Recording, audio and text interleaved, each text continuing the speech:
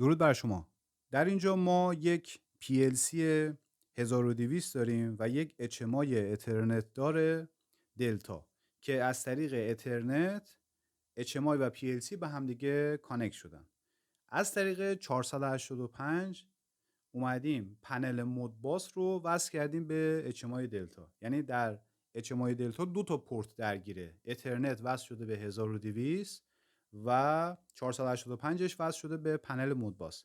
دیگه برای 1200 از ماژول 1241 استفاده نکردیم که بخوایم مودباسش رو وصل کنیم به پنل، بلکه اومدیم اطلاعات مربوط به داخل PLC 1200 رو از طریق اترنت روی HMI خوندیم و با استفاده از 485 که روی HMI هست اومدیم اونو روی پنل اومدیم نمایش دادیم. من حالا برنامه‌ای که اینجا نوشته شده به این صورته. وقتی که ورودی I0 فعال میشه، همونطور که میبینید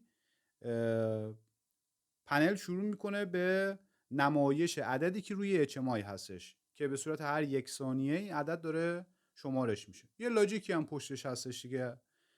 حالا میتونه این هر چیزی باشه، میتونه دما، فشار، هر کمیت و پارامتری رو میتونه نمایش بده.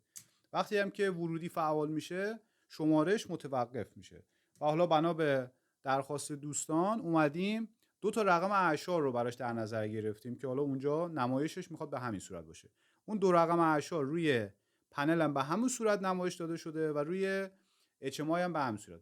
و برنامه به این صورت هستش که از یه عددی که باز قابل تنظیم هستش از روی پنل که اینجا 50، از 50 که بزرگتر بشه میخوان که به صورت چشمک زن در بیاد که این قابلیت جدیدی هستش که پنل ما داره. همونطور که میبینید عدد وقتی از 50 بزرگتر میشه شما حالت چشمک زن رو میتونید ببینید. حالا میتونه هر عددی از 0 تا 9999 میتونید شما براش در نظر بگیرید. حتی حالت منفی هم میتونید براش در نظر بگیرید که اگر از یه حدی عددش کوچیک‌تر بشه شما بتونید حالت چشمک زن رو داشته باشید. خب توقف وقتی که اتفاق بیفته، چون الان عدد من بزرگتر از 50 هستش که نمایشش با دو رقم اعشاره، اینجا داره برای شما چشمک میزنه. من گزینه ریست که آیه 0 و 0 هستش رو اگر بزنم میبینید که دیگه چشمک اتفاق نمیفته. حتی ورودی رو هم اگر فعال بکنم باز عدد من چون کوچکتر از 50 هستش میبینید که چشمکی اتفاق نمیفته.